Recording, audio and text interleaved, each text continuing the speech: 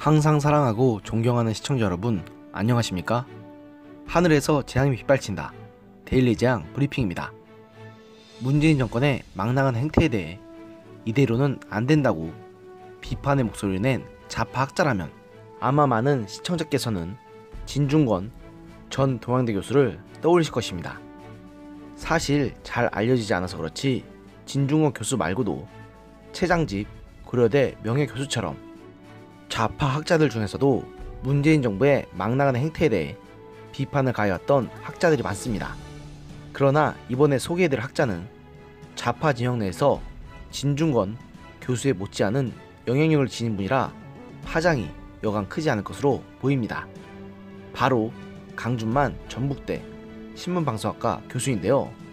성균관대학교 출신의 언론학자인 강 교수는 성역과 금기에 도전한다는 모토하에 정치, 사회, 문화, 비평책을 줄곧 내고 있는 진보 성향의 지식인으로 1990년대부터 2000년대엔 주로 보수 언론 비판에 집중했지만 2010년대 중반 이후에는 이른바 싸가지 없는 진보, 강남 좌파 논쟁을 벌이며 이른바 진보의 진영 정치를 강하게 비판하고 있습니다. 그런 강 교수가 7일 출간한 자신의 신간인 쇼핑은 투표보다 중요하다에서 문재인 정부를 비판한 대목은 이거 보수진영 학자의 비판이 아닌가 할 정도로 매우 신랄합니다. 제가 원문 그대로 한번 옮겨보겠습니다. 문재인은 최소한의 상도동마저 지키지 않았다. 유시민은 서울대 프락치 사건이 있었던 1984년 9월에 세상에 갇혀있다. 어용 시민으로 칭하는 이들은 진보 언론마저 어용이 될 것을 요구했다. 와, 이거 진짜 신랄하네요. 정말 저를 비롯한 수많은 시청자분께서 생각했던 내용을 언론학자의 시각에서 그대로 풀어냈다는 평가가 가능할 것 같습니다. 실제로 이 책에서 강준만 교수는 문재인 대통령의 정치 소비자와의 최소한의 상도조차 지키지 않았다고 지적하면서 분열과 갈등의 정치, 분열과 증오의 정치를 끝장내겠다고 했지만 그는 오히려 정반대의 방향으로 나아갔다.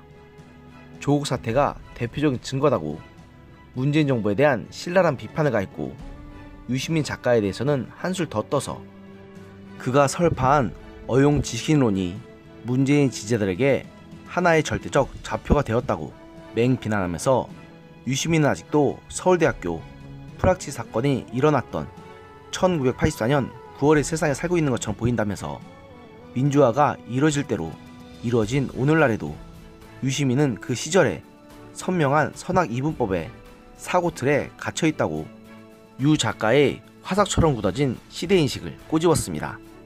또한 강 교수는 소위 문파가 진보 언론을 어용 언론으로 만들려는 행태에 대해서도 뼈아프게 공격했는데요. 강 교수는 이 책에서 문파는 경향신문, 한겨레 등 이른바 진보 언론에도 절독하겠다고 위협하며 어용 언론이 될 것을 요구했다는 점을 지적하며 정부 여당이 종속된 기관 보도원 노릇이나 하라는 요구가 도대체 그 어떤 명분으로 정당화 될 수 있단 말인가? 어용을 철저히 실천하는 북한이나 중국의 언론 모델이 바람직하다는 것이었을까? 라고 문파들의 악행을 고발했습니다. 또한 강 교수는 왜 우리는 일반 소비자의 갑질에 분노하면서도 약자를 상대로 한 정치적 소비자의 갑질엔 침묵하는가? 왜 우리는 민생이야말로 소비의 영역임에도 소비를 자본주의의 제약과 연결시켜 배관시하는 위선과 오만의 수렁에 빠져있는가? 라고 자신이 이 책을 출간한 이유를 소개했는데요. 이런 강준만 교수의 모습을 보면 앞으로 강 교수처럼 이 정권에 들어서는 학자가 더 나오면 더 나왔지 이탈을 막을 수는 없을 것으로 보입니다. 무엇보다 불과 총선이 일주일 정도밖에 남지 않은 상황에서 좌파 진영의 석학인 강준만 교수가 저런 비판을 했다는 것은 분명 결코 가볍게 넘길 수 있는 문제가 아닙니다. 안 그래도 총선 결과에 따라서 향후 전국이 크게 요동칠 수밖에 없는 상황에서 양쪽 진영 모두가 목숨을 걸고 있는 상황인데 문재인 정부의 악행을 그것도 같은 진영 내에 있던 사람이 이렇게 신랄하게 비판하는 것은 누가 보더라도 집권당에게는 크나큰 악재가 아닐 수가 없습니다.